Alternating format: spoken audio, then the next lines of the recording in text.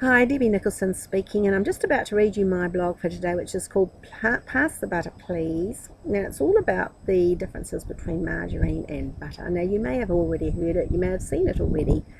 It's part of an email that was sent to me by one of my friends, and they saw that I was doing the self-healing site, and so they thought it might be an interesting article to put onto my site, which I thought it was, because there's some interesting facts here about margarine and butter that I didn't really know about, and maybe you don't either.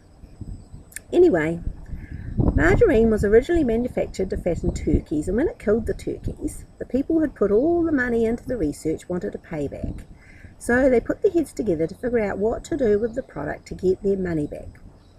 It was a white substance with no food appeal, so they added the yellow colouring and sold it to people to use in place of butter. Now that was less than 100 years ago. So how do you like it? I mean, they have come out with some interesting new flavourings. But did you know the difference between margarine and butter? Both do have the same amount of calories. However, butter is slightly higher in saturated fats at 8 grams compared to 5 grams for margarine. Eating margarine can increase heart disease in women by 53% over eating the same amount of butter, according to a recent Harvard medical study. Now, eating butter increases the absorption of many other nutrients in other foods. And butter has many nutritional benefits, where margarine has a few and only because they are added. Butter tastes much better than margarine, and it can enhance the flavours of other foods. I love it on my scones and on my toast. And on my corn. Butter has been around for centuries, where margarine has been around for less than 100 years. Now, margarine is very high in trans fatty acids, plus it triples the risk of coronary heart disease, and it's also known to increase total cholesterol, LDL, which is the bad cholesterol, and lowers the HDL cholesterol, which is the good cholesterol. It increases the risk of cancers up to 5 times, and it has been shown to lower the quality of breast milk. Margarine does decrease immune response in your body, and it is also known to decrease the insulin response in your body.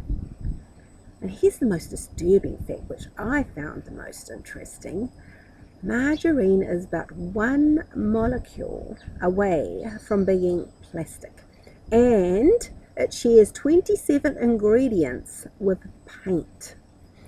Now, these facts alone were enough to have me avoiding margarine for life and anything else that's hydrogenated, which means that hydrogen is added, changing the molecular structure of the substance.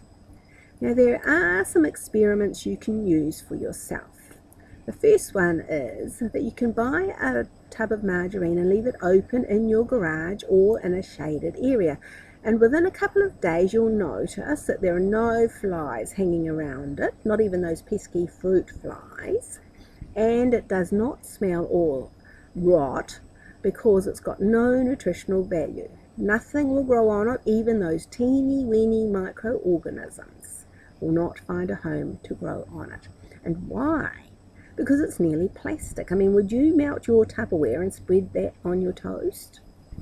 And with our feedback that we got for this particular article from one of my friends, she said that in one of her nutritional clinical classes, there was an experiment where 1 plate of butter was put outside alongside 1 plate of margarine to see which ones the animals would eat. Well, none of them ate the margarine, but all kinds of animals, including birds, were eating the butter, and that was posted by Dr. Dee on the 16th of April 2014. So I scouted around and I thought, well, why do people buy margarine? Originally, my parents bought it when it first came out to New Zealand, and I was around in those days, because it was far more spreadable than if you kept the butter in the fridge. And this was before they got a fridge that had a defrosting unit that where you kept the butter in their fridge. So once they got one of those, they started giving us butter again. However, there are not a lot of people who can buy that sort of fridge anymore. In fact, I don't even think they're even being manufactured. So I thought, well, what can people use instead of just butter, which as you all know, goes quite hard in the fridge, so it's not spreadable. And if you leave it out of the fridge, it does go off quickly within a few days, and it also melts, which is not fun either. Okay, so I came across something which is called bee apostrophe oil. Now you can call it bee apostrophe oil, you can call it boil. But why it's got that name, it's because it's made of butter and olive oil. So how you make this is you melt half a pack of butter in the microwave until it's melted, and then you add an equal quantity of olive oil, but be sure and do not use extra virgin olive oil, because that will make it go green, and that won't look very nice, will it? So just a good quality supermarket oil is all that you need, as long as it's olive oil. So you melt the half a pack of butter, you add an equal quantity of olive oil, you stir them both up, pour them into a container, and you can keep it in the fridge. Now that's not too hard, is it?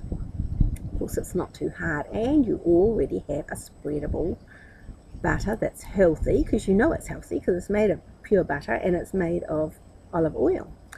So that's my article for today, and a little solution to the problem if you're looking for a solution.